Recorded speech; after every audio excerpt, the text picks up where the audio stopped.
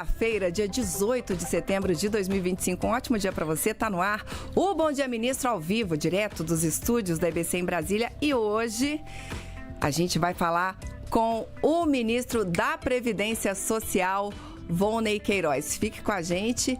Eu sou Karine Mello e te faremos companhia aí na próxima hora.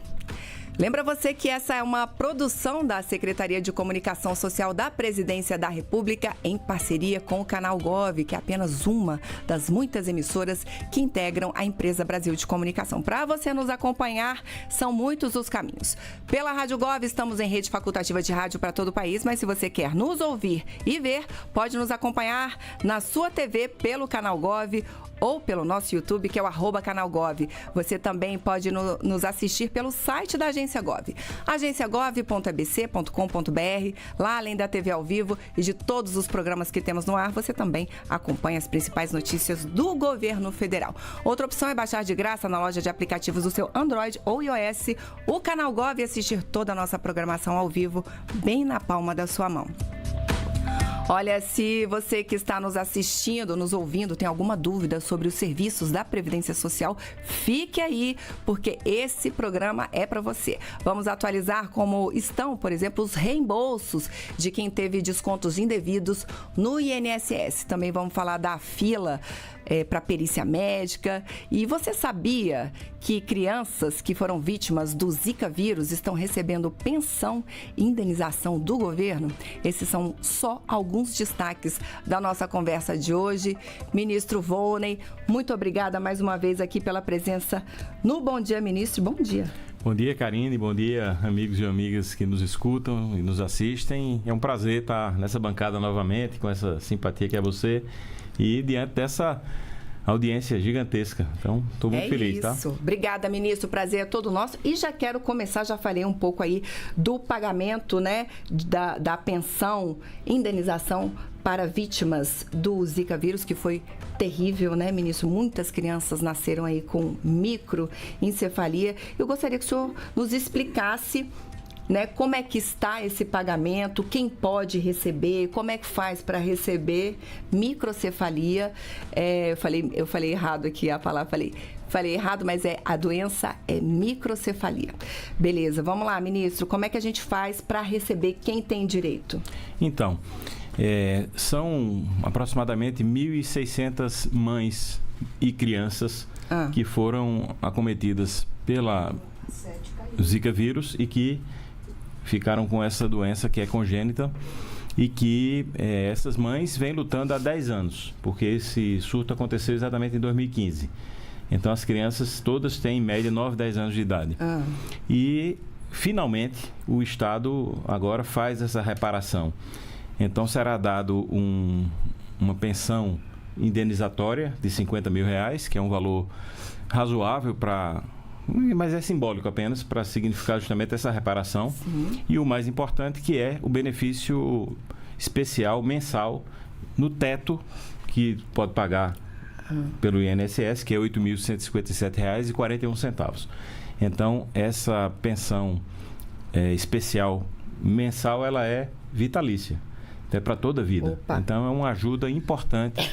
Mas eu quero aqui, de forma breve, dizer que essa é uma vitória das mães. Sem dúvida. Porque elas conseguiram criar os filhos com essa dificuldade imensa e mesmo assim manter essa luta, essa mobilização. E eu até disse brincando lá, digo, quando eu quiser aprovar uma lei lá em Brasília, eu vou chamar vocês para me ajudarem, porque elas fizeram uma mobilização, uma presença nas redes sociais, uma integração entre elas. E foi isso que garantiu a vitória. Então, foi uma emoção muito grande poder assinar essa portaria, dando essa condição para que essas mães mudem a vida e poder dar algum conforto e alguma qualidade de vida melhor a essas crianças. Então, foi um fato maravilhoso, assim, é a coisa mais importante que eu fiz até agora no Ministério. Sem dúvida. Ministro, então vamos lá. Tem a pensão mensal de R$8 mil, 157. E a indenização, ela é paga em parcela única, é isso, né? Isso. Começa com a indenização e depois fica recebendo mensalmente. E aí, como é que faz? As mães, todas, elas já participam de uma associação, assim, nos estados. Pernambuco, meu estado, é o estado que tem mais crianças. Um terço de todas as crianças do Brasil estão em Pernambuco. Certo. E elas são muito organizadas. Então, todas as mães se comunicam através das associações Mães de Anjos, do Unizica.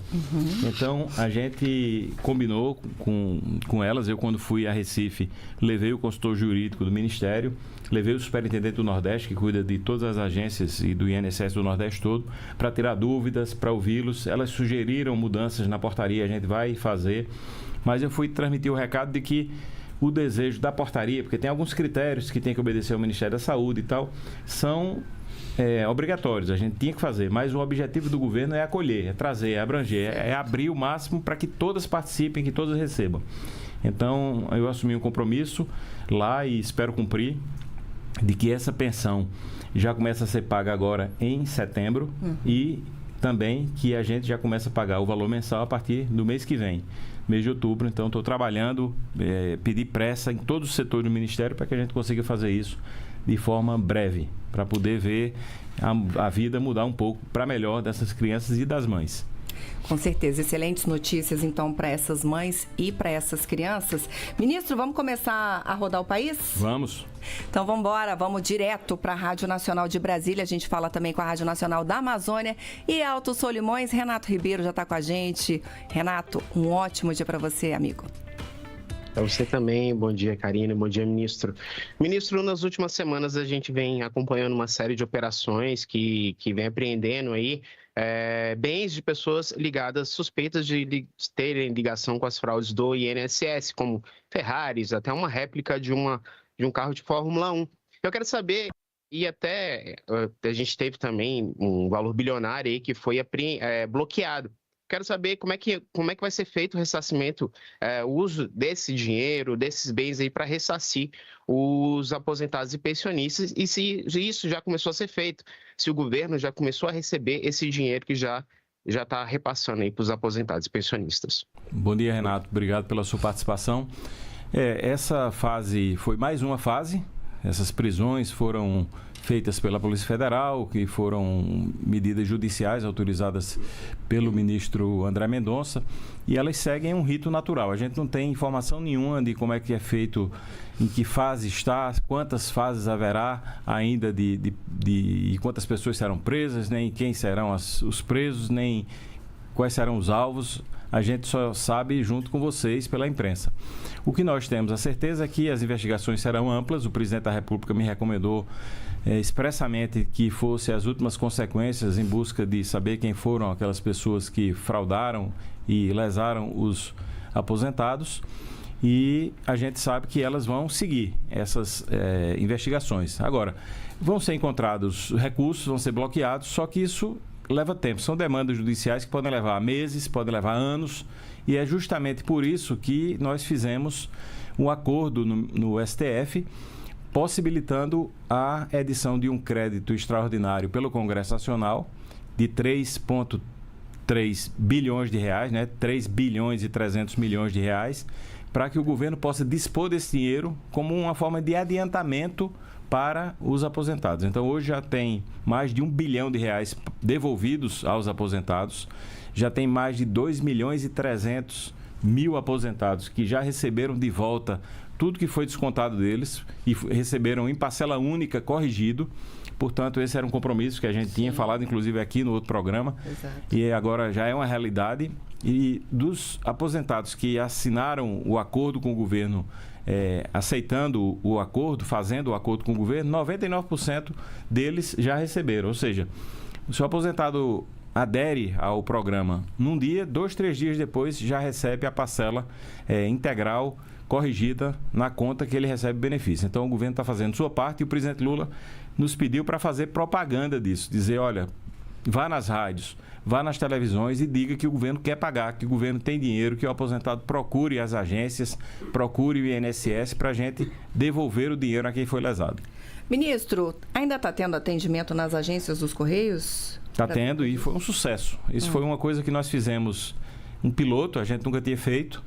Foi uma ideia muito boa porque nós esperávamos que apenas 1 ou 2% dos atendimentos fossem presenciais nas agências dos Correios e temos cerca de 30% dos atendimentos para ressarcimento, para devolução do dinheiro, nas agências presencialmente. Isso demonstrou também para a gente que as pessoas querem e precisam ser atendidas presencialmente. Isso vai fazer com que a gente também mude um pouco a visão que a gente tinha do atendimento no INSS. E para a gente fechar aqui esse assunto, por enquanto, tem prazo para as pessoas aderirem ou a pessoa pode aderir a qualquer tempo? Tem. O prazo é 14 de novembro.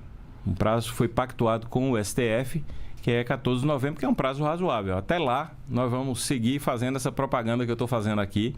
Em todos os lugares por onde eu ando, o governo tem divulgado isso, o Ministério da Previdência Social também tem divulgado, para que a gente possa chegar a todos os aposentados, para que eles verifiquem se houve desconto, que eles digam ao Ministério através das agências ou do aplicativo se foi ou não autorizado. Se não foi autorizado, ele então vai para uma categoria de apto a receber, desde que a associação não prove que ele autorizou, e então ele rapidamente recebe o reembolso, né? As pessoas pediram para não falar em reembolso nem ressarcimento, que são palavras que as pessoas não entendem. A devolução do dinheiro de volta ao bolso do aposentado.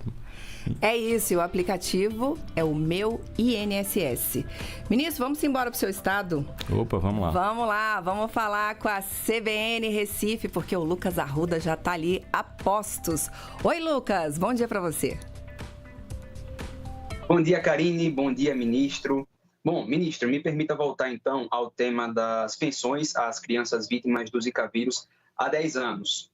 Nós fizemos várias reportagens aqui em Pernambuco, eu particularmente fiz várias reportagens também sobre a necessidade dessas crianças quanto às cirurgias no quadril. E apesar, como o senhor bem falou, dessa articulação muito bem feita pelas mães, especialmente da União de Mães de Anjos, nós sentíamos muito que essas mães não eram ouvidas. E a pergunta que eu lhe faço é justamente nesse sentido. O Estado brasileiro demorou a conceder essas pensões, a conceder essa indenização para as mães que até hoje lutam por essas crianças. E ainda aproveitando um gancho do que eu ouvi o senhor falar, quais foram as alterações pedidas por elas na portaria? Obrigado. Obrigado pela sua participação, amigo. Um abraço aos ouvintes e espectadores do Recife. Veja, o Estado demorou, efetivamente demorou. Precisamos reconhecer quando a gente falha. A falha não foi nossa, não foi minha, não foi do governo Lula, não foi do governo anterior. Eu não quero aqui nominar para a gente não entrar numa disputa política. O Estado brasileiro, enquanto país, falhou. Primeiro, porque deveria ter evitado a contaminação. Se tivesse um controle maior do mosquito, talvez menos mães tivessem sido picadas e menos filhos tivessem nascido com microcefalia. Se elas tivessem sido acolhidas e mais bem tratadas no início, talvez mais crianças estivessem vivas. Então, e agora, só 10 anos depois, é a prova cabal de que o Estado demorou. Mas o importante agora é a gente olhar para frente. Olhar que, a partir de agora, elas podem ter uma condição melhor e vão ter um acolhimento por parte do Estado. Essa indenização é justamente, na minha opinião, um sinal de que, um pedido de desculpa. O Estado errou e precisa, eu me emociono com esse assunto sempre, precisa reparar. Então, esse é o objetivo dessa indenização de R$50 mil. O que foi pedido pelas mães? Um dos pedidos é que é necessário uma junta médica que ateste a condição da criança. E aí elas têm dificuldade, porque elas vão no médico, o médico dá um atestado, aí elas vão no outro médico, o médico subscreveu o atestado, ele não quer subscrever um atestado de um outro médico. Sim. Então elas têm essa dificuldade. Eu conversei com o prefeito João Campos, em Recife, já que um terço das mães é de Pernambuco, para que ele disponibilize um hospital lá, uma clínica, um hospital, um lugar da prefeitura, onde possam ter os 2 médicos que possam fazer esse laudo. 2 médicos são suficientes. Então, se ele conseguir isso, a gente já resolve Pernambuco. E se der certo isso, eu vou falar com outros prefeitos de capitais ou governadores para fazerem isso nos estados, porque não é possível mudar a portaria nesse aspecto de alterar para que não seja necessária essa assinatura de uma junta, porque isso são critérios do Ministério da Saúde que a gente tem que suprir. Mas eu fiz questão de avisar as mães lá. Tudo que a gente puder fazer para simplificar, para facilitar a portaria, a gente vai fazer. É isso. Bom dia, ministro. Hoje recebendo o ministro da Previdência Social, Volney Queiroz. Ministro, vamos seguir? Vamos lá para São Luís do Maranhão, vamos lá para o portal O Imparcial, porque o Elton Ferreira também está com a gente. Oi, Elton, bem-vindo. Obrigado. Bom dia, Karine. Bom dia, ministro. Ministro, o Maranhão, recentemente, ele recebeu 50 novos peritos do INSS nessa nova proposta do governo de diminuir a fila da Previdência. Porém, o Estado é muito grande, ele tem uma extensão territorial muito grande, as barreiras territoriais no Maranhão são meio difíceis e, em algumas cidades, a fila chega a 90 dias de espera. Há uma proposta de ampliação desse número de peritos, não só no Maranhão, mas nos outros estados também? Ô, Elton, obrigado. Estive aí em São Luís semana passada, na caravana federativa do governo federal, e anunciei aí a chegada dos peritos, né? Nós fizemos um concurso de perito médico federal e uma boa quantidade desses peritos foi para o Maranhão. A maior parte dos peritos foi para a região Nordeste, que era a que mais precisava, e o Maranhão vai receber uma quantidade enorme de peritos e a gente espera que com isso a gente consiga diminuir a fila, melhorar o atendimento e distribuir melhor geograficamente num estado gigante como é o Maranhão, para que fique mais fácil o acesso aos peritos médicos federais. Note que há quase 15 anos não havia concurso para perito médico federal. Foi uma vitória do governo Lula, foi uma vitória do nosso ministério. Isso começou na gestão do ex-ministro Lupe. Eu dei sequência e a gente conseguiu fazer todo o processo formal do concurso, que é longo, é demorado e é complicado. Nós conseguimos fazer tudo em 6 meses. Iniciamos em dezembro do ano passado. Em junho a gente tinha o processo concluído com os peritos nomeados. A gente fez um evento lindíssimo aqui em Brasília. 2 semanas atrás, recebemos 500 médicos peritos aqui para uma jornada de integração e eu pude falar para eles, todos animados, são muito jovens e tiveram muito boas notas. Foi um concurso muito concorrido e eles estavam realmente animados e eu pude falar um pouco da Previdência Social para eles. Portanto, estou com muita esperança de que a chegada deles vai ter um impacto muito positivo no enfrentamento da fila no Brasil inteiro, sobretudo no Nordeste e especialmente no Maranhão. Ministro, o Elton falou aí lá no Maranhão em 90 dias. Eu sei que o Ministério trabalha aí, né, com uma meta para reduzir esse tempo. Queria saber se em algum estado já está conseguindo. Como é que está isso? Exatamente. Tem muitos estados que estão bem abaixo da meta. Os estados do Sul têm bom atendimento. Os estados do Sul, por exemplo, estão com quase uma fila zerada, quase não tem fila. Então, a gente usa os peritos do Sul para fazerem perícia por vídeo em outros estados que têm uma fila maior. Tamanha a tranquilidade que está nos estados do Sul. Os estados do Nordeste e os estados do Norte, um pouco do Centro-Oeste, são os que mais estão impactados assim negativamente, que tem o TME maior, que é o tempo médio de atendimento. Então, foi para esses estados que a gente destinou a maior parte dos peritos. 268 peritos dos 500 foram destinados só para a região Nordeste e a gente, então, vai fazer um equilíbrio no número de peritos e eu tenho certeza que a partir daí a gente vai ter uma condição de diminuir esse prazo médio de atendimento, que é o prazo entre o que o beneficiário, o cidadão, procura o Ministério e o tempo que ele recebe a resposta de volta. Não necessariamente a resposta positiva, mas uma resposta do Ministério. Então, o ideal é que a gente deixe sempre abaixo dos 45 dias, porque esse é o prazo pactuado com o Tribunal de Contas da União, mas 45 dias não é um prazo ainda bom, porque se a gente tem 45 dias de média, a gente vai ter lugares que são 90, vai ter lugares que são 2. Então, a gente precisa reduzir cada vez mais, esse é um compromisso nosso, meu, do presidente Lula e do governo. Vamos seguir, ministro. Vamos lá para Goiânia, vamos para a Rádio Bandeirantes. Bruno Goulart, um bom dia para você. Ó, seu áudio está fechado, Bruno.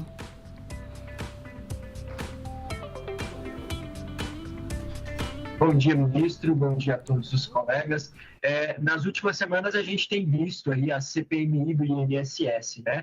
Essa semana, inclusive, teve seu ápice aí, pelo menos teria, com a oitiva do Antônio Camilo, que é um careca do INSS, que não foi para a oitiva, por uma decisão do ministro André Mendonça. Queria que o senhor comentasse o andamento da CPMI, o senhor como presidente, que assumiu aí pouco antes também, né, da instauração da CPMI do INSS. Bruno, obrigado pela sua participação. Só esclarecendo que o Antônio Carlos não é do INSS, tá? Não vinculem ele ao INSS. Porque o apelido é careca do INSS, mas ele não é servidor. Não, nunca foi. E aí eu tô fazendo uma defesa aí da instituição, entendeu? Porque cada vez que eu entendo a sua pergunta, que todo mundo trata ele assim, mas eu preciso defender a Previdência Social e o INSS para que a gente possa ter um instituto sólido que demonstre credibilidade. Então, essas pessoas não fazem parte do INSS. A fraude não foi do INSS, porque as pessoas tratam a farra do INSS, a fraude do INSS, não foi do INSS, foi aos aposentados. E é importante a gente defender esse grande patrimônio que o Brasil tem, que é o INSS, que é a Previdência Social, que é o maior programa de proteção social do mundo. E esse é o programa que a gente tem que fortalecer, porque nós contribuímos para um dia nos aposentar, eu e você, e as pessoas se aposentam e recebem dele. Então, nós temos que ter esse instituto forte, né, e bem estruturado e sustentável. Veja, nós não participamos ainda, não fomos ouvidos ainda na CPMI. A gente tem acompanhado na medida do possível, porque são depoimentos longos e a gente tem que trabalhar. Mas eu me ofereci, mandei um ofício anteontem, com datas em que eu estou à disposição para ir e falar para os senadores e deputados membros da CPMI. Eu já estive no Senado logo quando assumi o Ministério, já participei de uma longa oitiva lá de mais de 5 horas, já fui na Câmara e será um prazer voltar ao Congresso Nacional para participar da CPMI e ajudar com informações que eu tiver. Eu fui deputado federal há quase 24 anos, portanto, voltar ali para rever meus antigos companheiros e sentar naquelas bancadas vai ser um prazer, e eu espero trazer informações que sejam úteis para a CPMI e para a sociedade brasileira. A data está fechada ou não? Eu me ofereci para ir dia 9, 16 e 23, se eu não me engano, e eles já me confirmaram que o convite para que eu vá lá, eu estou indo como convidado novamente para o dia 9 de outubro, 9 horas da manhã. É isso então, ministro. Vamos seguir, porque está pela primeira vez com a gente aqui a Rádio Nova Difusora de Osasco, Júnior Berilo. Bem-vindo, um ótimo dia para você. Bom dia, Karine. Bom dia ao ministro. Ministro, o senhor assumiu recentemente, né? Assumiu no mês de maio, mas eu noto que muitas ações estão sendo realizadas. Por exemplo, aqui em Osasco, na região metropolitana de São Paulo, a APS aqui de Osasco está passando por uma reforma que visa melhorar e agilizar o atendimento. E tem também a questão hoje da inteligência artificial, né? Eu queria saber por parte do senhor, por parte do Ministério, de que forma que a inteligência artificial hoje pode ajudar a otimizar esses processos, a mitigar a questão das fraudes. Qual que é a importância da inteligência artificial hoje no INSS, nos processos hoje de novos benefícios, entre outras ações? Obrigado, Júnior. Olha, eu acho que é fundamental, é uma realidade que ela se impõe e que vai ser cada vez mais utilizada, e espero que a gente possa ter mecanismos para utilizar a inteligência artificial.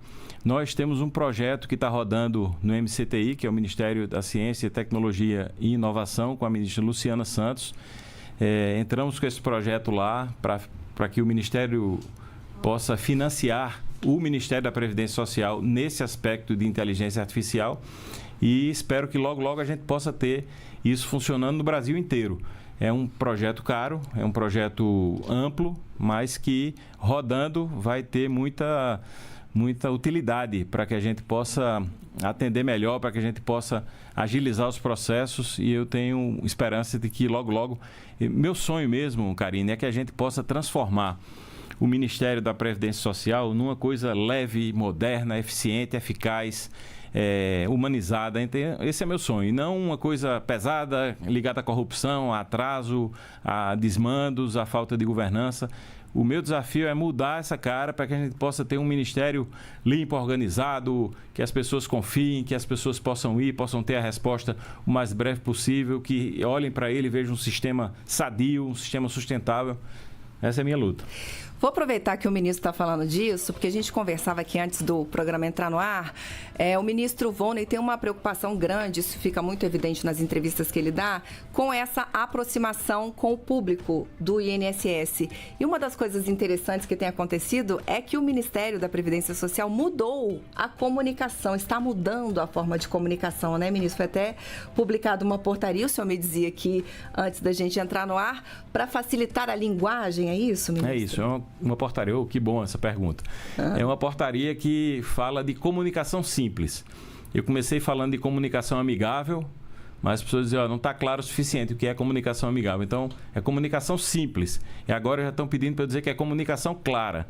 E a gente vai aprimorando. O que é isso? É a gente pedir para todas as instâncias, todos os setores, todas as pessoas que lidam com o INSS, com a Previc, com o Ministério da Previdência Social, que falem, que se comuniquem de forma simples e clara com os cidadãos e beneficiários, para que a gente possa evitar os jargões, os termos técnicos, que a gente pegou cartas de concessão de benefício e as pessoas não sabem o que significa aquilo. Eu fui lá em Belém e entreguei 2 benefícios, uma aposentadoria por idade e um auxílio maternidade. Olha, entreguei, as pessoas aplaudiram, ele agradeceu, apertou minha mão, foi na outra sala e perguntou, isso aqui, benefício concedido, é o quê? Eu fui aposentado ou não? As pessoas falam, esse idioma que a gente fala, que é tão simples para quem lida no dia a dia, é indecifrável para quem não conhece. Então, a gente vai transformar toda a nossa comunicação numa comunicação simples e eu tenho uma pessoa designada para fiscalizar. E aí, quando eu li a portaria, já depois de editada, eu cheguei à conclusão que a portaria mesmo, ela precisa ser reeditada para mudar os termos dela para termos mais simples. Então, eu vou reeditar a minha própria portaria. Porque a portaria é complicada. A portaria tem palavras lá que não são simples. Então, ela é incoerente desse ponto de vista. Nós vamos reeditar essa portaria com uma linguagem simples. E quem ouvir falar que a gente está falando de forma complicada, por favor, me avise que eu quero falar de forma simples. Ressarcimento, por exemplo, eu estou evitando usar. Porque é uma palavra que eu cheguei à conclusão de que as pessoas não conhecem bem. Então, estou usando devolução, dinheiro de volta ao bolso do aposentado, para que a gente possa se comunicar de forma que quem ouve nos entenda. Ainda nessa pegada de aproximação, pelo aplicativo Meu INSS, estão começando a fazer testes com linguagem de sinais para pessoas surdas. Então, isso é excelente, né, ministro? É mais aí uma ferramenta de acessibilidade que está sendo testada aí pelo Ministério. Tenho certeza que vai ser um sucesso. Ministro, vamos seguir? Vamos embora para o Rio de Janeiro. Vamos lá conversar com o Portal Extra. Marcos Furtado, pela primeira vez aqui com a gente também. Boas-vindas, bem-vindo. Muito obrigado. Bom dia, Karine. Bom dia, ministro.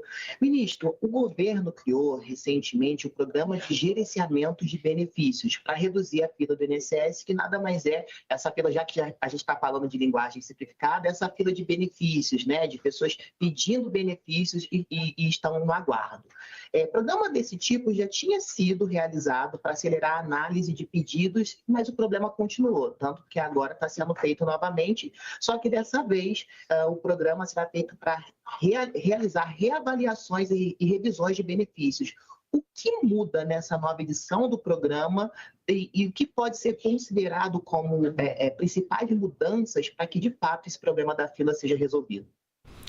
Olha, obrigado, Marcos, pela sua pergunta. Veja, esse programa é um incentivo para o servidor poder fazer mais atendimentos. Ele tem uma meta que ele pode fazer de atendimentos por dia.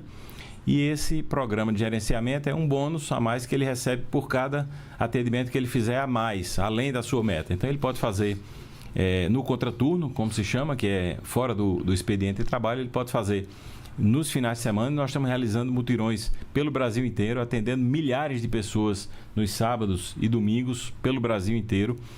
Eu, inclusive, quero participar aqui, vou ver se consigo participar nos próximos finais de semana em algum estado brasileiro para olhar como é que está esse trabalho. E é um programa que foi sancionado pelo presidente Lula, esse PGB é o nome dele, que é um programa de incentivo, de bônus para os atendimentos. E ele tem um período de 12 meses. Portanto, quando chegar em 12 meses, aí o governo avalia se vai querer reeditar, fazer uma nova edição, porque não pode ser uma coisa permanente.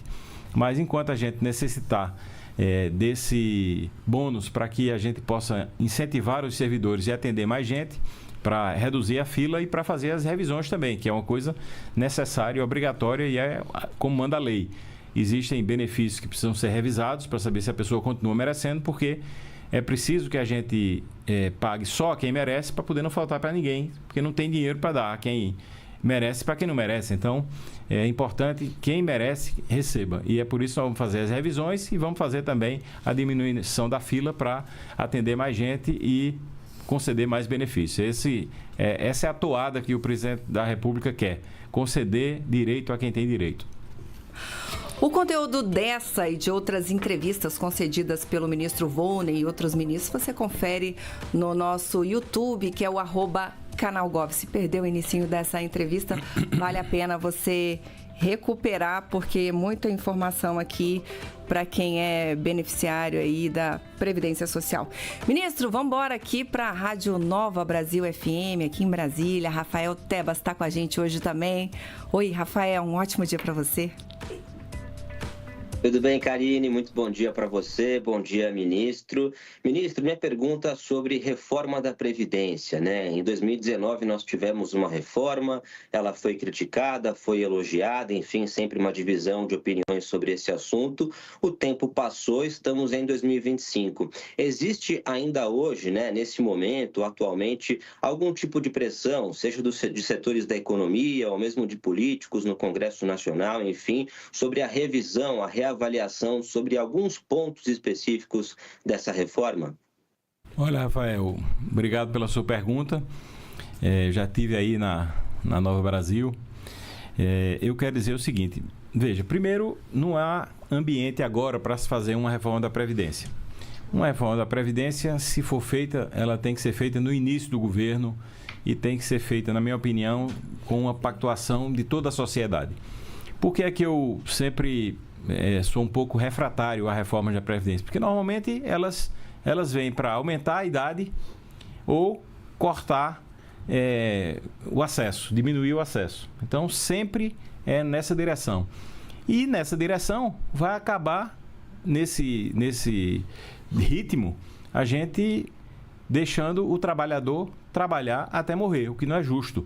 Então a gente não pode fazer com que a conta sempre recaia sobre aqueles que trabalham. Então eu acho que a reforma passada, a última que foi feita de forma somente a economizar. Então ela tinha uma meta, eu preciso economizar 30 bilhões. Então o que é que corta? Não, aumenta aqui essa idade de tanto para tanto, aumenta isso aqui, o acesso assim, faz esse cálculo assim para economizar. E você está lidando com vidas humanas e com vidas dos trabalhadores, das pessoas que sustentam esse país. Portanto, reforma da Previdência, se um dia for necessária, tem que ser feita com a participação ampla da sociedade, uma discussão profunda sobre o tema, mas é uma realidade que se impõe também no Brasil, no mundo inteiro, né? Em todos os países do mundo. Se você olhar direitinho, a Europa teve problemas com relação à Previdência, a França teve protestos porque tentou mexer na aposentadoria. Então, o que acontece? As pessoas estão vivendo mais, graças a Deus, isso não é um problema, é uma conquista civilizatória, as pessoas estão vivendo mais e isso impacta sobre a Previdência Social. Então, o que é que a gente tem que fazer, na minha opinião? Aumentar essa base de arrecadação, a gente tem que fazer com que mais pessoas contribuam com o sistema e para que contribuam com o sistema, precisam confiar no sistema e para confiar no sistema a gente precisa fazer esse sistema ter credibilidade, ter crédito, ter governança, ter gestão, para que as pessoas olhem para o sistema e digam, eu posso confiar que eu vou pagar essa aposentadoria para quando eu estiver lá na frente, mais velho, eu sei que esse sistema vai estar apto, vai estar saudável para pagar a minha aposentadoria. E eu faço questão de dizer que as pessoas mais jovens, elas hoje em dia não se preocupam com a aposentadoria. Esquecem que um dia elas vão precisar do braço do Estado, da mão do Estado para socorrer quando tiver um acidente, quando tiver impossibilidade de trabalhar ou quando tiver já numa idade avançada que não puder mais fazer aquele ofício que ela sempre fez na vida. Então, o que é que ela vai fazer? Vai correr para a fila da assistência social? É muito melhor que ela tenha um plano de aposentadoria e é para isso que serve o INSS e a Previdência Social. Então, eu espero que a gente consiga conscientizar cada vez mais os jovens para que participem e que a gente tenha um sistema com uma base mais larga que possa evitar uma nova reforma da Previdência. Demorei, né? Não, foi ótimo. Estamos muito bem. Estamos confortáveis hoje de tempo, ministro. Inclusive, eu levei um puxãozinho de orelha aqui, porque a gente está falando de coisas de linguagem clara e acessível. E há pouco eu disse que o INSS está aí começando a fazer atendimentos, né? As pessoas surdas podem pedir atendimento via aplicativo, né? Por meio da língua brasileira de sinais, Libras, e eu falei linguagem, aí as meninas lá, a gente está com as nossas maravilhosas intérpretes lá, Lúcia Souza, Raquel Melo, já recebi o recado delas aqui, então é língua brasileira de sinais e não linguagem. Reparação feita, vamos embora para Salvador, vamos lá para a Rádio Sociedade, porque a Maísa Polcri está com a gente. Oi, Maísa, bem-vinda, bom dia para você. Bom dia, Karine. Bom dia, ministro. Todo mundo que está acompanhando, uma satisfação estar aqui mais uma vez. Ministro, as novas regras para a reavaliação do benefício de prestação continuada, o BPC, tem sido alvo de protestos aqui em Salvador. No início deste mês, inclusive, mães de crianças com deficiência fecharam uma das principais vias aqui da nossa cidade como forma de manifestação aí contra o fim de benefícios, o que tem deixado, segundo essas mães, né, famílias em situação de vulnerabilidade. Eu queria que o senhor aproveitasse a oportunidade para explicar um pouquinho no que consiste essa reavaliação e como o senhor responde a essas críticas aí que têm sido feitas. Obrigada.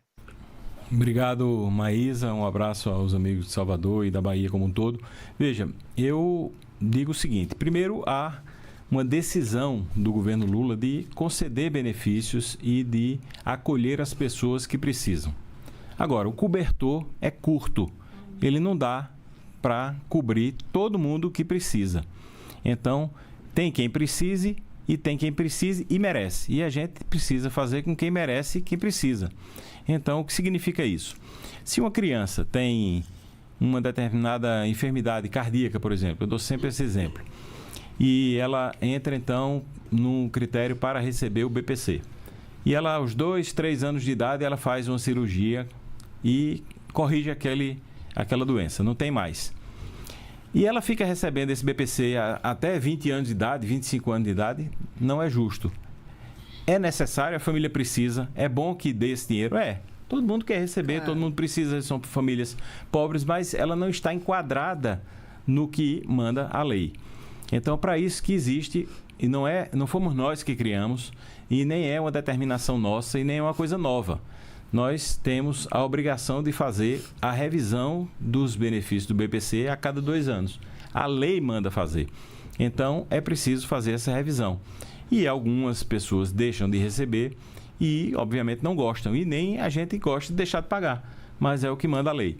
Mas o que a gente tem se esforçado é para trazer mais gente para o BPC, para que a gente possa deixar todas as pessoas que realmente merecem e precisam acolhidas, para que tenha dinheiro para pagar a todos eles e, principalmente, que a gente possa fazer esse atendimento mais rápido no INSS para que a gente possa conceder benefícios de aposentadoria também a mais pessoas. Então, essa é a tônica que nós temos, essa é a linha que nós temos seguido no Ministério da Previdência Social. Proteção social, nós entendemos que é fundamental e é a proteção social que nós defendemos como sendo uma política pública que reduz desigualdades, reduz a fome e ajuda o Brasil a sair do mapa da pobreza. Ministro, já vou pedir para as rádios e portais se prepararem aí para a nossa segunda rodada de perguntas, mas antes eu queria que o senhor nos falasse um pouco sobre essa emenda que foi agora promulgada, emenda constitucional, que prorroga prazo para estados e municípios parcelarem dívidas com a Previdência. Eu quero saber como é que isso impacta, né, esses entes, tanto estados quanto municípios. Pois não, é uma lei muito esperada pelos estados e municípios, né? Eu já ia dizendo pelos entes subnacionais, mas aí já é uma linguagem difícil. Pelos estados e municípios. Eles lutavam há muito tempo para alongar essa dívida, o pagamento dessa dívida, reduzir as parcelas, aumentando o prazo. Então, hoje o prazo é de 5 anos, o prazo máximo é de 5 anos. E com a PEC 66, que agora é a Emenda Constitucional 136, que foi aprovada e promulgada, esse prazo passa para 25 anos, são 300 meses. Mas ele tem uma contrapartida, que é o certificado de regularidade previdenciária. Para poder aderir a esse prazo maior, ou seja, para pagar a parcela menor durante mais tempo, o ente subnacional, o Estado ou o município, ele precisa estar adequado a essa regularidade previdenciária. O que é isso? É ter equilíbrio nas suas contas de previdência. Então, ele tem que estar com a casa em ordem, organizada, para poder ele merecer esse parcelamento. Então, esse é o ponto bom. Ela concede um benefício, que é aumentar o perfil da dívida, mas ela também cobra para que o sistema esteja sustentável. Porque é importante o sistema dos estados e dos municípios estarem sustentáveis, porque é essa sustentabilidade que garante que ele vai ser saudável para pagar a aposentadoria das pessoas quando se aposentarem. As pessoas pagam hoje, contribuem, porque confiam que o sistema é sustentável. Então, a gente precisa que estados e municípios tenham cuidado com suas agências, seus sistemas de previdência próprio, e a gente vai fazer essa fiscalização. Se ele se adequa nesse sistema, na regularidade previdenciária, ele tem acesso, então, ao parcelamento em 300 meses, que são 25 anos. E quem não tiver certinho também não recebe recurso federal, não é isso? Quem não tiver o certificado de regularidade previdenciária, não recebe a CND, que é uma certidão negativa de débitos, que é só com ela que ele pode ter acesso a receber as emendas parlamentares, receber as transferências do Brasil, né, dos ministérios. Então, é importante estar com a regularização dos institutos de previdência dos estados e municípios. Ministro, então vamos embora para a nossa... Claro? Foi claríssimo. Tá bom, que bom. Vamos embora para a nossa segunda rodada. E aí eu já vou chamar de volta aqui para a nossa conversa Renato Ribeiro, da Rádio Nacional de Brasília. Ministro, quero saber o que mudou desde que o senhor assumiu a pasta na Previdência Social em ações de transparência e controle para evitar fraudes e principalmente a atuação de lobistas. Olha, Renato, eu tenho me dedicado assim diariamente sobre esse assunto. O que é que eu tenho feito? Eu tenho procurado empoderar a ouvidoria, primeiro, que é onde tudo começa. Porque se alguém tem notícias, se alguém tem informação de algo errado, ele procura logo a ouvidoria do Ministério. E a ouvidoria não é uma coisa como as pessoas pensam. Uma mesa com um telefone ou um computador que a pessoa reclama e a pessoa vai e arquiva aquela reclamação. Não, a ouvidoria tem todo um critério, tem todo um mecanismo que pode chegar até o presidente da República. Uma reclamação no ouvidoria de um ministério, dependendo da condução que for dada àquela resposta, ela pode chegar ao presidente da República, ao gabinete do presidente da República. Então, nós estamos empoderando a ouvidoria. Depois estamos empoderando, melhorando e dando mais instrumentos ao controle interno que existe dentro do Ministério, que esse controle interno pode detectar falhas e corrigir antes que aconteçam fraudes e corrupção. Nós também elaboramos e publicamos um plano de transparência, né? Um plano de integridade no Ministério, que é uma exigência da Controladoria Geral da União. Estava lá o Controlador-Geral, o ministro Vinícius, estava lá conosco. E nós temos, então, trabalhado pela governança, temos trabalhado pela integridade, pela transparência, para poder a gente ter resultados melhores e para que nunca mais aconteça o que aconteceu com o roubo dos aposentados. Que a gente fique de lição e que esse episódio todo tenha como legado um sistema muito mais transparente, muito mais confiável, e a gente tem se esforçado nesse sentido de fazer uma nova Previdência Social, um novo INSS confiável, justo, digno, como merece o povo brasileiro. E para acessar a ouvidoria, você pode ir lá no site da Previdência, que vai aparecer aí na sua tela agora, ou ligar no 135. É isso. É isso, vamos seguir, vamos embora, voltar para São Luís, portal O Imparcial, o Elton Ferreira. Não? Lucas Arruda, vamos embora, Lucas Arruda, CBN Recife. Não desista de mim, Karine. Jamais. Bom, ministro, aproveitando o gancho do colega, hoje o senhor já pode avaliar, o senhor já percebe que as pessoas confiam mais no Ministério da Previdência Social, ao menos todas as tentativas que o senhor tem feito de ir às rádios, de estar mais presente com a população, isso já interfere diretamente nessa percepção do povo brasileiro? Meu irmão, eu espero que sim, viu? Porque, veja, eu tenho trabalhado muito nesses 4 meses nesse sentido. Eu tenho andado o Brasil, eu tenho estado aberto para a imprensa do Brasil inteiro. Eu tenho procurado, como eu estava explicando antes aqui, melhorar todos os controles, todos os processos internos para que a gente possa ter um sistema mais transparente e mais íntegro, com governança. Eu tenho me esforçado muito nisso, né? Trocamos o controle interno agora há pouco, fui buscar a doutora Isadora lá no Ministério da Saúde, trouxe para o controle interno agora do Ministério. Ela está fazendo um trabalho espetacular e talvez se ela estivesse lá antes a gente tivesse tido resultados melhores, mas sempre é tempo de melhorar e mudar. Então, eu não posso garantir que a percepção tem melhorado, mas eu posso garantir que eu tenho trabalhado muito para que ela melhore. É isso, ministro, às vezes eu confundo aqui as rádios, porque eu não uso isso aqui, eu deveria, né? Mas eu tenho uma dificuldade para assumir isso aqui, eu acho que está chegando a hora, né? Daqui a pouco eu vou ter que assumir, mas agora sim a gente vai lá para o Portal Imparcial São Luís, o Elton Ferreira. Bom, ministro, ainda falando sobre fiscalização, no Maranhão, recentemente vem tendo muitos casos de escândalos de fraude que não estão diretamente ligados à fraude no INSS em escala nacional. Eu queria saber se há algum plano de fiscalização em uma escala mais regional, porque o Brasil é um estado muito grande, é um país muito grande. Então, como seria esse plano de fiscalização, se é que existe? Welton, nós temos no Ministério da Previdência Social, e foi muito bom você perguntar, porque trouxe esse assunto, uma coisa chamada Força Tarefa Previdenciária. A Força Tarefa Previdenciária, ela é uma junção da inteligência, é um setor de inteligência que tem no Ministério da Previdência, que trabalha junto com a Polícia Federal. Esse setor, essa inteligência previdenciária, que são os dois mecanismos juntos, eles atuam sempre.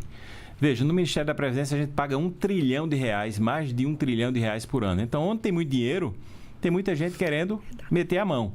Então, é um trabalho que não para, ele é incessante, ele é diário, ele é permanente. Então, eu procuro agora gravar as operações da Polícia Federal e da inteligência do Ministério e divulgar nas minhas redes sociais para poder as pessoas saberem que elas acontecem. Mas, por exemplo, nós tivemos somente em 2023, 2024 e metade de 2025, 29 operações somente sobre crédito consignado. Agora, se a gente somar as operações que foram feitas, pessoas que foram presas, é semanal. Tem semana que tem 3, 4, 5 operações em vários estados do Brasil inteiro. Nós temos a inteligência no Ministério, mas ela tem pessoas trabalhando em todos os estados. E tem a Polícia Federal também que trabalha em todos os estados. Então, é um trabalho permanente. Fique tranquilo que nós estamos empoderando. Eu esqueci até de dizer na resposta anterior, nós estamos empoderando a inteligência do Ministério da Previdência Social. Nós estamos dando mais força para que ela atue mais livremente, mais fortemente, para que a gente possa ter melhores resultados. E eu venho divulgando nas minhas próprias redes sociais e nos canais oficiais do Ministério essas ações para que o brasileiro, o cidadão, o beneficiário que faz parte desse programa de Previdência Social, que é o INSS, ele possa saber que nós estamos combatendo as fraudes e a corrupção sem parar. Estamos ficando com o tempo apertado, então vamos dar uma corridinha e vamos chamar Goiânia, a Rádio Bandeirantes, Bruno Goulart. Bom dia novamente, ministro. Estamos ao vivo também pela Rádio Bandeirantes. A minha pergunta é porque tem sido frequentes os casos de descontos não autorizados nos benefícios, né, do INSS, como cartão de crédito, empréstimo consignado, roubo de informação. Queria saber o que o INSS tem feito para evitar essas fraudes e deixar o sistema mais seguro. Antes que eu esqueça aí, sexta-feira amanhã, né? Sexta-feira amanhã eu estarei em Goiânia, tá? Vou fazer um encontro com as mães e crianças com microcefalia para dar a notícia a elas e tirar dúvidas. Então, espero que você apareça lá para a gente conversar pessoalmente. Veja, nós temos feito um trabalho permanente, né, de combate às fraudes em todos os aspectos. Então, ontem, por exemplo, nós fizemos uma reunião de mais de 3 horas só sobre a segurança do crédito consignado, porque a gente ouve falar que tem desconto, tem pessoas que recebem desconto, já não é mais desconto associativo, não é, aquilo tudo acabou. As associações foram todas proibidas, os ACTs foram encerrados, aquilo não existe mais. Mas existe o crédito consignado e muita gente reclama que é descontado, que não foi autorizado e tal. E a primeira coisa que eu fiz foi mandar isso para a inteligência, para a Força Tarefa Previdenciária. Eu digo, olha, eu quero que vocês passem um pente fino nisso aí, uma auditoria, que eu quero saber quem é que está fazendo isso com os nossos aposentados. Depois eles voltaram com o relatório, que é sigiloso, e com base nele nós estamos fazendo reuniões periódicas. Eu já me reuni com a Febraban, com a BBC, que são as instituições que comandam os bancos e fintechs, para que a gente possa ter rigor, para que a gente possa apertar isso, para que não ocorra. Mas, como eu dizia antes, é um trabalho que não cessa. É permanente e nós estamos vigilantes para que não haja qualquer tipo de desconto indevido, de corrupção, de fraude, também nos consignados. Pode ficar tranquilo que nós estamos vigilantes e atentos com relação a isso. Osasco, Rádio Nova Difusora, Júnior Berilo. Boa tarde novamente. Ministro, a questão dessas fraudes, né? 67%, portanto, mais da metade dessas fraudes foram em áreas rurais. Áreas, muitas vezes, onde as pessoas não têm tanto acesso à internet. Há alguma força-tarefa, alguma ação específica nessas regiões para evitar que os sindicatos, que as associações tenham esse tipo de ação contra os aposentados? Júnior, não precisa mais, né? Porque o desconto associativo por entidades, por sindicatos e por confederações, federações, tudo acabou. Primeiro porque a gente suspendeu, depois porque veio uma lei agora que está sendo aprovada na Câmara dos Deputados, que muito provavelmente será aprovada no Congresso e sancionada pelo presidente, que põe fim a todo e qualquer desconto associativo. Então, não precisa a gente se preocupar mais com isso. Mas se elas voltassem a acontecer, elas voltariam no outro padrão, agora de fiscalização, com biometria, que não acontecia antes, porque a biometria praticamente acaba com essa fraude de assinatura e você tem que ter o sistema de biometria registrado para poder abrir a possibilidade de haver o desconto. Então, tudo isso aconteceria de forma muito mais rigorosa. Mas como os descontos cessaram e por força de lei, por força da nossa também decisão do Ministério, então é um assunto superado. Portal Extra, Rio de Janeiro, Marcos Furtado.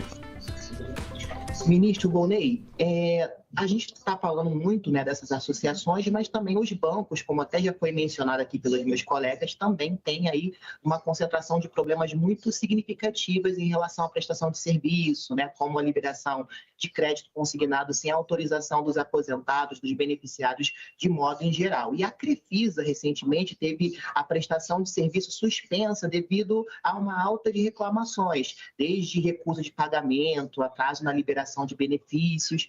E o Instituto INSS chegou a responder aqui para o Extra que os novos benefícios, ou seja, os benefícios concedidos depois da suspensão, seriam pagos pelas instituições financeiras que seguissem a ordem de classificação dos lotes, né? Dos lotes que são feitos de tempos em tempos, que venceram os pregões, né?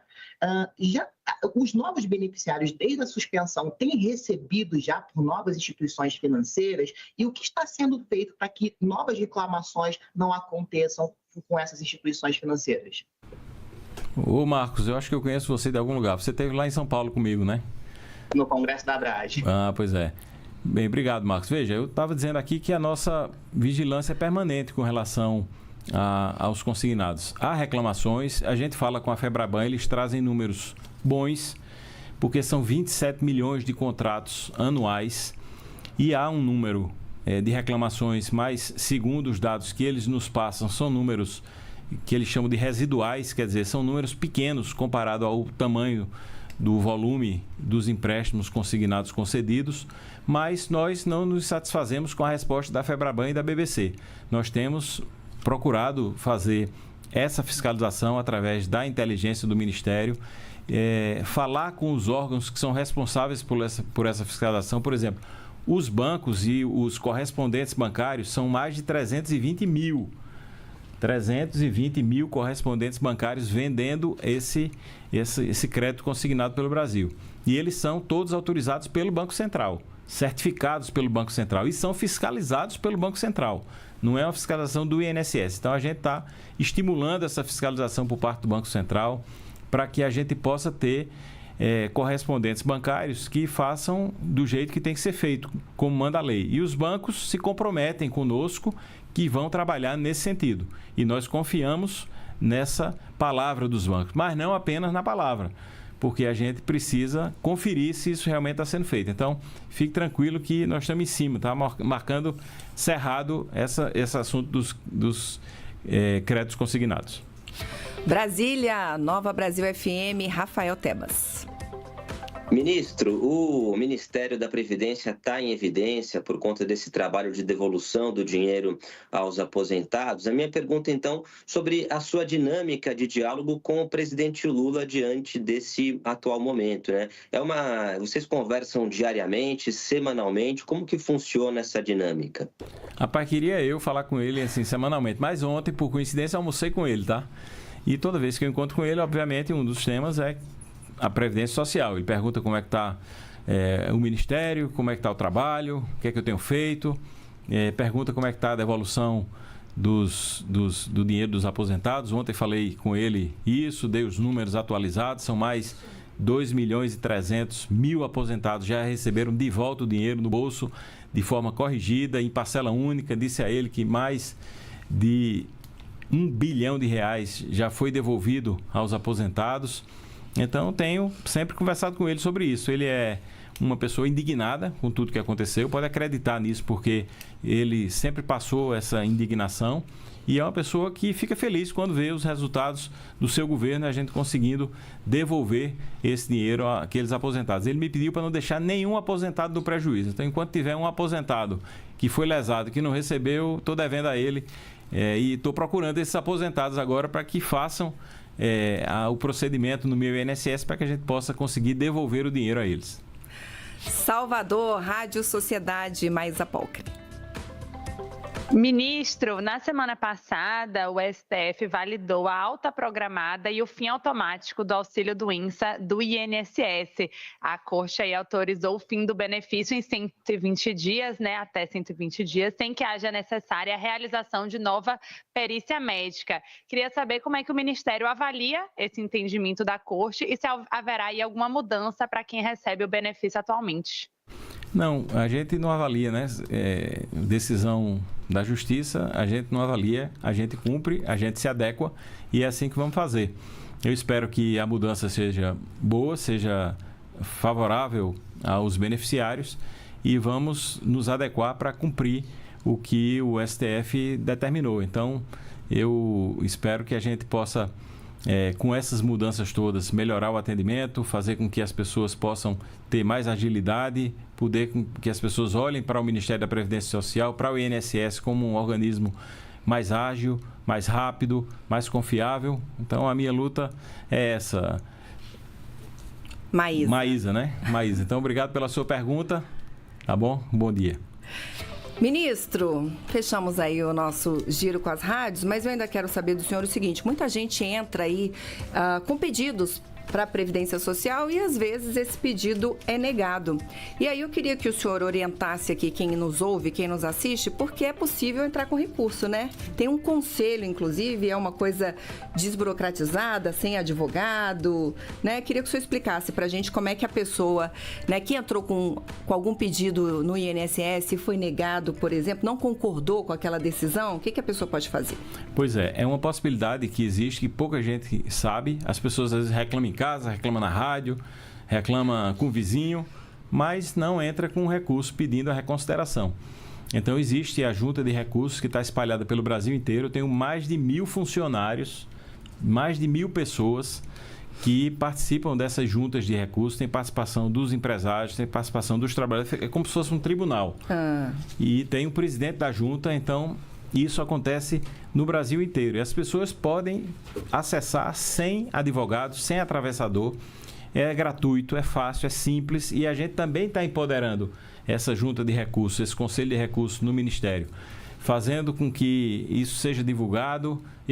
Tem até um vídeo que foi feito, eu vou divulgar nas minhas redes sociais, ensinando esse passo a passo para que o aposentado possa acessar facilmente e possa dizer as suas razões. Ele não precisa ser em linguagem complicada. Ele pode dizer, olha, tem tal tempo de serviço assim que não foi computado e eu queria que isso fosse olhado. Isso é levado para a junta julga e a gente tem julgado mais de 1 milhão de processos no ano de 2023, por exemplo, foram mais de 1 milhão de processos julgados. Portanto, é uma junta que trabalha fortemente. A doutora Ana Cristina, que é a responsável, ela é muito competente, está muito animada e eu também tenho andado pelo Brasil. Por onde eu tenho andado, eu tenho visitado essas juntas, tenho conversado com as pessoas, pedido para fazer tudo em linguagem simples e pedido para ter esse acolhimento com as pessoas que precisam e que recorrem, que pedem uma revisão dos seus benefícios ou uma revisão de uma posição do INSS. E aí entra pelo site do Meu INSS? Entra pelo site do Meu INSS de forma fácil, simples,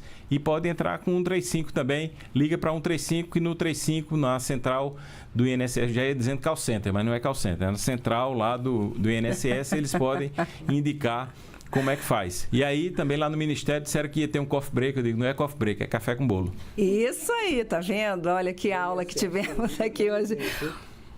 O INSS não liga para ninguém. Isso, boa. O INSS não manda e-mail. O INSS não manda WhatsApp. Se mandar alguma informação, algum WhatsApp pedindo para você clicar no link, não clique nem na internet, nem no seu telefone para não cair em novos golpes, tá? Fica a dica aí. Ministra Mariana Viegas, aqui a nossa produtora, está falando que o pessoal quer saber de novo quanto foi devolvido já aos aposentados, quem teve desconto irregular. Nós já devolvemos mais de R$1 bilhão, portanto temos 2,3 bilhões de reais guardadinhos esperando que os aposentados nos procurem, acessem o sistema pelo Meu INSS ou pelas centrais dos Correios, para iniciar o seu processo de devolução, para que a gente possa devolver em parcela única, corrigido pelo IPCA, como preceitua o STF, e na conta que ele já recebe benefício. É tudo simples, tudo prático. O presidente Lula quer devolver esse dinheiro a você, meu amigo. Procure aí entrar, ver se você foi descontado de alguma associação, se esse desconto foi indevido, se você não autorizou. Corra numa agência do Correio e diga, tem um desconto aqui na minha conta, eu quero receber esse dinheiro de volta. O presidente Lula quer pagar de volta a você. Ministro Volney, mais um, hein? Obrigada pela gentileza da entrevista. Eu que agradeço e quero deixá-la à vontade para se despedir de nós. Inclusive, dê o seu @ porque as redes do ministro Volney são muito instrutivas. Ele disse que vai divulgar o vídeo lá. Então já dê o seu @ e já dê seu recado final aí. Pois não, é Volney Queiroz com W e com Y. Não dá para fazer linguagem simples com o meu nome, que é um nome WOLNEY, Queiroz com Z. Eu estou lá me esforçando para dar uma atividade e fazer serviço também de informação pelas minhas redes sociais. E quero dizer que tem sido um momento muito gratificante ter a confiança do presidente Lula, do nosso governo, integrar o primeiro escalão de um governo que tem um lado, que é o lado do povo brasileiro, e tem muitas batalhas que a gente está enfrentando e estamos enfrentando todas elas com as graças de Deus e queremos apresentar resultados, apresentar um legado da nossa passagem, que eu não sei de quanto tempo vai ser à frente do Ministério, para que a gente possa ter uma história para contar. É a nossa biografia, é a minha biografia que está colocada em jogo, então quero fazer o melhor possível para que a gente possa construir cada vez mais esse sistema previdenciário, esse sistema de proteção social de forma saudável, sustentável e que seja, o brasileiro tenha honra, tenha orgulho de ter esse INSS e essa Previdência Social. Então essa é a minha luta, meu trabalho, e cada vez que eu posso falar disso para o povo brasileiro, isso me alegra, me anima e me dá mais força para fazer esse trabalho. Sucesso na sua missão, obrigado, ministro. Karine. Obrigado a todos aqui do estúdio e obrigado a todos aqueles que participaram pelas rádios em todo o Brasil. Eu estou viajando o Brasil e espero encontrar com vocês aí pelas cidades, pelas capitais, pelo interior de todo o Brasil. E é isso, com essa simpatia que é o ministro Volney, a gente encerra o Bom Dia Ministro de hoje. Como o ministro disse também, já quero agradecer também a todos os colegas que me ajudaram a fazer o programa de hoje. Espero sempre revê-los por aqui em próximas oportunidades. E quem assina os trabalhos técnicos pela Rádio Gov é ele, Reinaldo dos Santos. A gente se vê então na semana que vem. Tchau!